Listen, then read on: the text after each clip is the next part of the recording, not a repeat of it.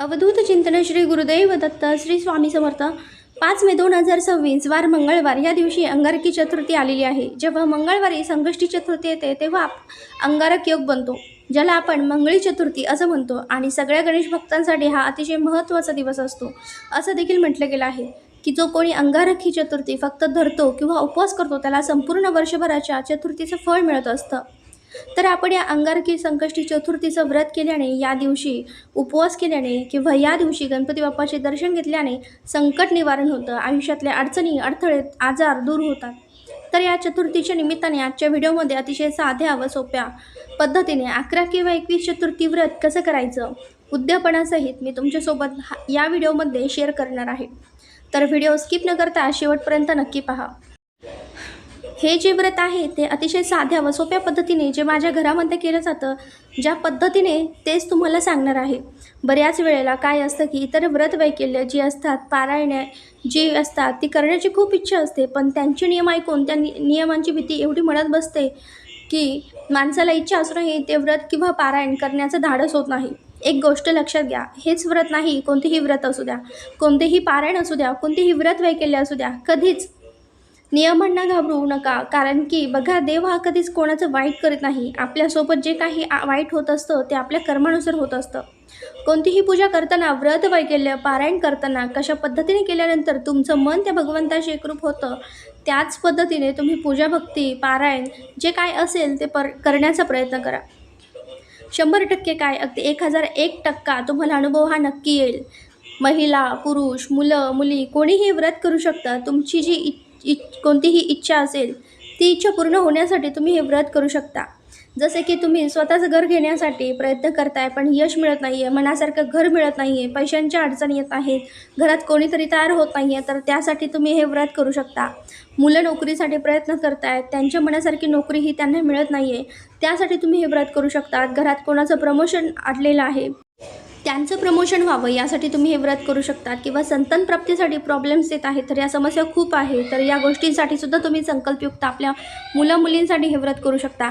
हे व्रत तुम्ही स्वतःसाठी करू शकता, स्वतःची इच्छा पूर्ण करण्यासाठी करू शकता, किंवा आपल्या घरातील जे इतर मंडळी आहे त्यांची एखादी इच्छा असेल तर ते पूर्ण होण्यासाठी त्यांच्यासाठी संकल्पयुक्त सुद्धा तुम्ही हे व्रत करू शकता।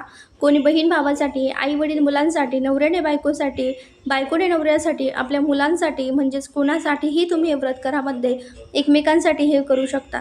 पण ते संकल्पयुक्त करायचं आहे। संकल्प करताना तुमचं स्वतःचं नाव, तुम्ही कोणासाठी हे व्रत करताय त्यांच्या नावाचा उल्लेख आणि त्याच त्यांचं कोणतं काम होण्यासाठी तुम्ही हे व्रत करताय याचा सुद्धा उल्लेख असं महत्त्वाचं आहे। या व्रताची सुरुवात तुम्ही अंगारकी संकष्टी चतुर्थीपासून करावी। बघा, आता वळूया अंगारकी संकष्टी चतुर्थीकडे। ती मंगळवारी आलेली आहे। 5 मे 2026 रोजी चंद्रोदयाची वेळ असेल रात्री 10:18 तर तुम्हाला चंद्रोदय झाल्यानंतर म्हणजेच मंगळवारी रात्री 10:18 उपवास आज तुम्हाला सोडायचा आहे। बघा, अंगारक नावांचे ऋषी होते आणि ते गणपती बाप्पाचे निस्सिम भक्त होते। त्यांचा जन्म मंगळवारी आला होता। त्यांनी अनेक वर्ष गणपतीची तपश्चर्या केली। त्यांना गणपती बाप्पा प्रसन्न झाले आणि त्यांनी विचारलं की काय हवंय अंगारक? ऋषींनी सांगितलं की माझं नाव आणि तुमचं व्रत लोकांमध्ये कायम स्मरणात राहावं। आणि मग गणपती बाप्पांनी त्यांना वर दिला की जेव्हा मंगळवारी संकष्टी चतुर्थी येईल तेव्हा तिला अंगारकी चतुर्थी किंवा अंगारकी संकष्टी चतुर्थी म्हटलं जाईल आणि या दिवशी व्रत करणाऱ्याला माझे विशेष आशीर्वाद प्राप्त होतील, अशी ही कथा पुराणात येते। बघा, चतुर्थीला सकाळी स्नान वगैरे करून घ्यायचं, देवपूजा करायची आणि देवपूजा झाली की लगेच संकल्प करून घ्यायचा। संकल्प हा फक्त एकदाच करायचा असतो, परत परत करायचा नसतो। संकल्प करण्यासाठी उजव्या हातामध्ये थोडंसं पाणी घ्यायचं, त्यामध्ये हळद, कुंकू, अक्षता, एखादं लाल फूल घ्यायचं, देवघरासमोर बसायचं। देवघरासमोर दिवा लावलेला असावा। आपण बसण्यासाठी आसन घ्यायचं आहे, दिवा लावलेला आहे का हे आवर्जून बघायचं आहे, याकडे लक्ष द्या। कारण अग्निदेवतेच्या साक्षीने जेव्हा आपण संकल्प करतो, कोणतीही पूजा, व्रत, वैकल्य प्रारंभ करतो, तेव्हाच देव त्याचा स्वीकार करतात असं म्हटलं जातं। म्हणून दिवा हा चालू असायलाच हवा। तर हातामध्ये हेच आपलं सगळं साहित्य घेतलं, त्यानंतर सुरुवातीला स्वतःच्या नावाचा उच्चार करायचा, पूर्ण नाव घ्यायचं, तुमचं गोत्र बोलायचं, गोत्र माहीत नसेल तर काश्यप गोत्र म्हणायचं। त्यानंतर तुमची जी कोणती इच्छा असेल ती बोलायची। माझी ही इच्छा पूर्ण होण्यासाठी मी आजपासून, म्हणजे त्या दिवशी चतुर्थी आहे त्या दिवशीचा वार, त्या दिवशीची तारीख याचा उल्लेख करायचा। तुम्ही कुठे राहता हे डिटेलमध्ये सांगायचं आणि आजपासून मी 21 11 महिन्यांची चतुर्थी व्रत करत आहे याचा सुद्धा उल्लेख करायचा आहे. सगळं व्यवस्थित मनापासून तुम्हाला जे काही बोलावं वाटतंय ते गणपती बाप्पांना सगळं बोलायचं आहे. आणि त्यानंतर हे हातातलं पाणी जे आहे ते तांब्यामध्ये सोडायचं, हात स्वच्छ करून घ्यायचे आणि अशा प्रकारे आपल्या 21 किंवा 11 महिन्यांच्या चतुर्थी व्रताला सुरुवात झालेली आहे. सकाळी देवपूजा करताना आपल्या देवघरामध्ये जे गणपती बाप्पांची मूर्ती असते त्यावरती अभिषेक करायचा असतो. पाण्याने केला तरी चालेल किंवा मग पाणी, पंचामृत, परत स्वच्छ पाणी याप्रमाणे अभिषेक केला तरीही चालतो. अभिषेक करत असताना ओम गणपते नमः या मंत्राचा जप करायचा आहे किंवा गणपती अथर्व शीर्ष म्हणून तुम्ही अभिषेक करू शकता. आता अभिषेक केल्यानंतर देवघरामध्ये जिथे आपण गणपती बाप्पाची मूर्ती ठेवतो तिथे सुरुवातीला थोड्याशा अक्षता ठेवायच्या आणि त्यावरती गणपती बाप्पाची मूर्ती ठेवायची आहे. त्यानंतर गणपती बाप्पांना हळद कुंकू अर्पण करून एखादं लाल रंगाचं फुल अर्पण करायचं आणि 21 दुर्वांची जोडी जी आहे तर ती गणपती बाप्पांना चतुर्थीच्या दिवशी तुम्हाला अर्पण करायची आहे. आणि सकाळी ही पूजा करत असताना गुळ खोबऱ्याचं नैवेद्य तुम्हाला गणपती बाप्पांना आवश्यक दाखवायचं आहे. हे शक्य नसेल तर कोणत्याही फळाचा साखरेचा नैवेद्य दाखवला तरीही चालेल.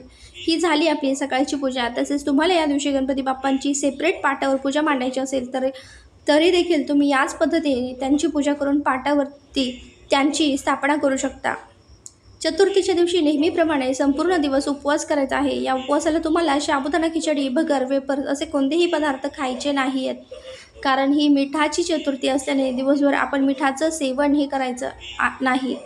या सर्वांमध्ये मीठ असतं त्यामुळे आपल्याला हे खायचं नाही. तुम्ही दिवसभर चहा पिऊ शकता, दूध पिऊ शकतात, फळे खाऊ शकता, ज्यूस पिऊ शकता, दही पाहिजे असेल तर दही देखील खाऊ शकता, मात्र त्यामध्ये सुद्धा मीठ टाकायचं नाही. एका दिवसासाठी परान्न पूर्णपणे वर्ज करायचं आहे आणि हे व्रत चंद्राला पाहूनच सोडायचं असतं.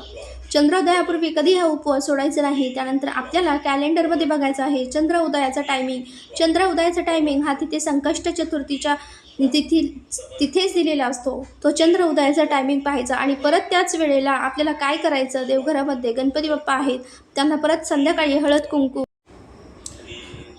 अर्पण करायचं, परत एखादं लाल फूल अर्पण करायचं. 21 दुर्वांची जोडी असेल तर नक्की अर्पण करा आणि संध्याकाळी आपल्याला 21 मोदक बनवायचे आहेत. आता इथे अशी कमेंट देखील येऊ शकते की ताई मोदक हे उकडीचे बनवायचे की तळलेले बनवायचे. तर बघा, मिठाची चतुर्थी व्रत करताना 21 मोदक बनवणे देखील आवश्यक आहे आणि उकडीचे तळणीचे कोणत्याही पद्धतीने तुम्ही 21 मोदक बनवायचे आहेत.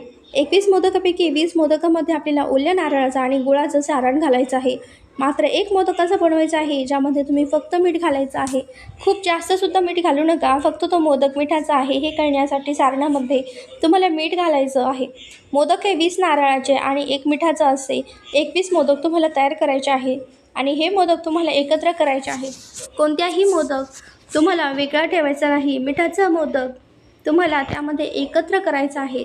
तुम्हाला तो कळाला नाही पाहिजे की हा मिठाचा मोदक आहे. तसेच बघा, मोदक हे लहान करायचे आहेत कारण की बघा, आपल्याला मोदक खाऊनच हा उपवास सोडायचा असतो. जर तुम्ही मोठे मोदक केल्याने समजा तुम्हाला 20 मोदक खाल्ल्यानंतर 21वा मोदक जर मिठाचा लागला तर तुम्हाला इतके मोदक खायला जमणार नाही. जर समजा छोटे छोटे मोदक असेल तर आपण ते 21 मोदक जे आहे ते आपण सहजपणे खाऊ शकतो.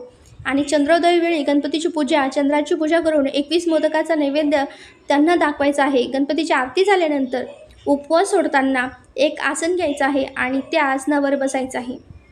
पाणी घ्यायचं आहे ग्लास भरून आणि उपवास सोडताना मात्र जमिनीवर बसायचं नाही, आसन घेऊन बसायचं आहे. उपवास सोडताना 21 मोदक घ्या आणि एक एक मोदक खाण्यास सुरुवात करा.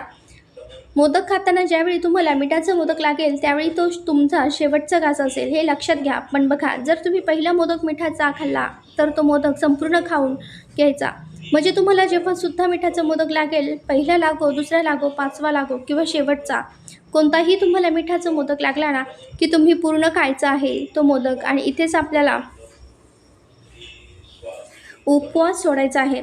पुढचे मोदक देखील तुम्हाला खायचे नाही आणि त्यामुळे मी सांगितलं होतं की मीठ कमी टाका जेणेकरून तो आपण खाऊ शकतो. पण जोपर्यंत मिठाचा मोदकाचा घास येत नाही तोपर्यंत तुम्हाला मोदक स्वतःचे खायचेच आहेत. उपवास सोडताना कोणाशी बोलायचं नाही, आस्तावरून उठायचं नाही आणि जर समजा तुम्ही पहिला मोदक तुम्हाला मिठाचा लागला तर बाकीचे 20 मोदक घरच्यांना द्यायचे आहेत. बाहेरच्यांना मोदक हा प्रसाद म्हणून द्यायचा नाही. पण समजा तुम्हाला 5वा 6वा मोदक मिठाचा लागला तर उरलेले सुद्धा तुम्ही घरच्यांना द्यायचे आहेत. पण समजा तुम्हाला 20 मोदक खाल्ल्यानंतर 21वा मोदक तुम्हाला मिठाचा लागला, म्हणजेच पूर्ण मोदक तुम्ही खाणार, मग घरच्यांना प्रसाद काय द्यायचा असा विचार करायचा नाही. कारण ते मोदक तुमच्यासाठीच असतात. कारण की मिठाचा मोदक लागेपर्यंत जेवढे मोदक तुमच्याकडे येतील ते तुम्हाला खायचे आहेत आणि शिल्लक राहिलेले असतील तर ते घरच्यांना प्रसाद म्हणून द्यायचे आहेत. घरच्यांसाठी तुम्ही वेगळे मोदक देखील करू शकता. तसेच तुमचे 21 मधील मोदक जर शिल्लक राहिले असतील तर ते तुम्ही गायीला किंवा इतर मुक्या प्राण्यांना देखील दिले तरी चालतात. मात्र मोदक खाल्ल्यानंतर तुम्ही जेवण करायचं नाही. आता मोदक खाऊन उपवास सोडल्यानंतर जर तुम्हाला भूक लागली, तुम्ही दूध किंवा फळे खाऊ शकता. जर समजा पहिलाच मोदक किंवा दुसरा मोदक जर तुम्हाला मिठाचाच लागला असेल तर मग तुम्हाला भूक लागू शकते. तर अशा वेळी तुम्ही दूध, फळे खाऊ शकता. हे व्रत 11 किंवा 21 संकष्टी चतुर्थी होईपर्यंत तुम्हाला कंटिन्यू करायचं आहे.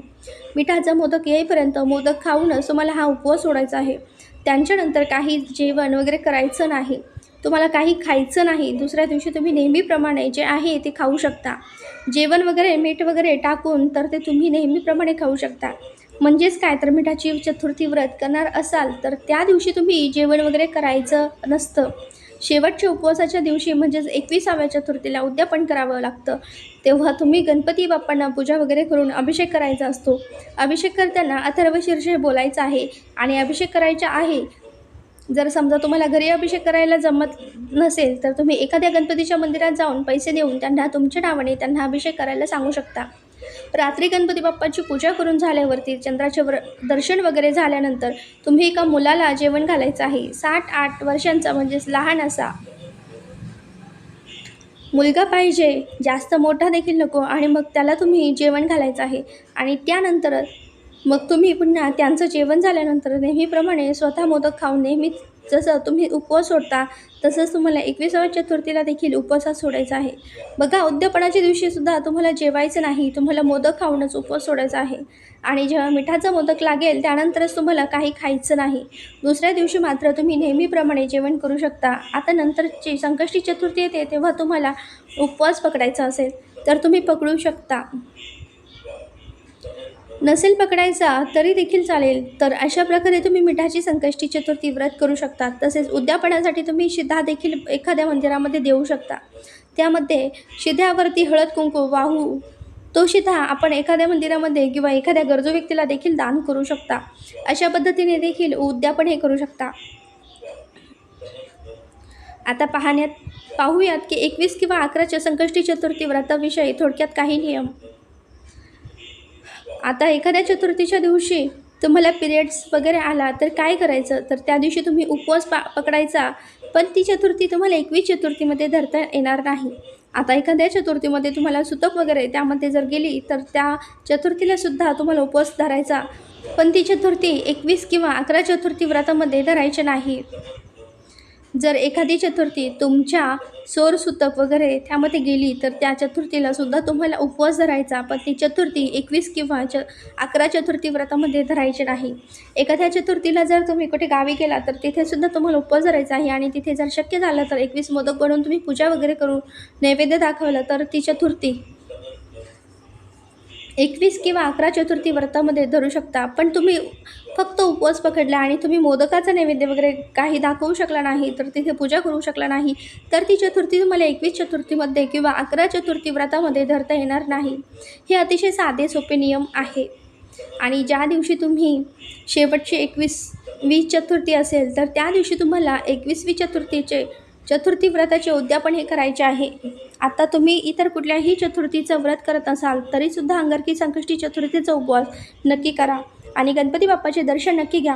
आणि असंही मानलं जातं की अंगारकी संकष्टी चतुर्थीचं व्रत केल्याने सर्व प्रकारचे पाप, दुःख, अडथळे हे दूर होतात. तसेच दर महिन्यामध्ये जी संकष्टी चतुर्थी येते त्या संकष्टी चतुर्थीचं व्रत तुम्हाला सुरू करायचं असेल तर तुम्ही अंगारकी संकष्टी चतुर्थीपासून हे व्रत सुरू करू शकता. अंगारकी चतुर्थीला गणपती बाप्पाचा जप त्याचबरोबर कुठल्याही स्तोत्राचं पठण करणं अतिशय लाभदायक मानलं जातं. तुमची जर एखादी इच्छा पूर्ण करायची असेल तर मनामध्ये आणि ती पूर्ण व्हावी असं वाटत असेल तर या अंगारकी संकष्ट चतुर्थीला तुम्ही गणपती अथर्वशीर्ष जे आहे ते 21 वेळा म्हणू शकता. 21 आवर्तन या गणपती अथर्वशीर्षाची देखील करता येतात. त्यामुळे मनपूर्ती होते. तसेच चतुर्थीला गणपती स्तोत्र किंवा संकटनाशन गणेश स्तोत्र पठण करणेसुद्धा अतिशय शुभ मानलं जातं. या दिवशी ब्रह्मचर्याचे पालन करावे. त्याचबरोबर कोणाला फसवू नये, कोणाशी वाईट बोलू नये, कोणाचाही राग द्वेष या दिवशी करू नये. संपूर्ण दिवस तुम्हाला नामस्मरण करणे शक्य नसेल तर संध्याकाळी तुम्ही कामावरून घरी गेल्यावरती सुद्धा जप करू शकता, स्तोत्र पठण करू शकता आणि गणपती बाप्पाची पूजा देखील सायंकाळी करू शकता.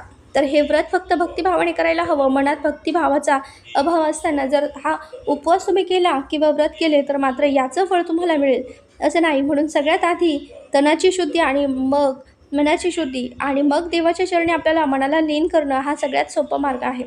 तर आता अंगारकी संकष्टी चतुर्थी येत आहे, तर या चतुर्थीपासून तुम्ही देखील मिठाच्या चतुर्थीचे व्रत हे नक्की करू शकता.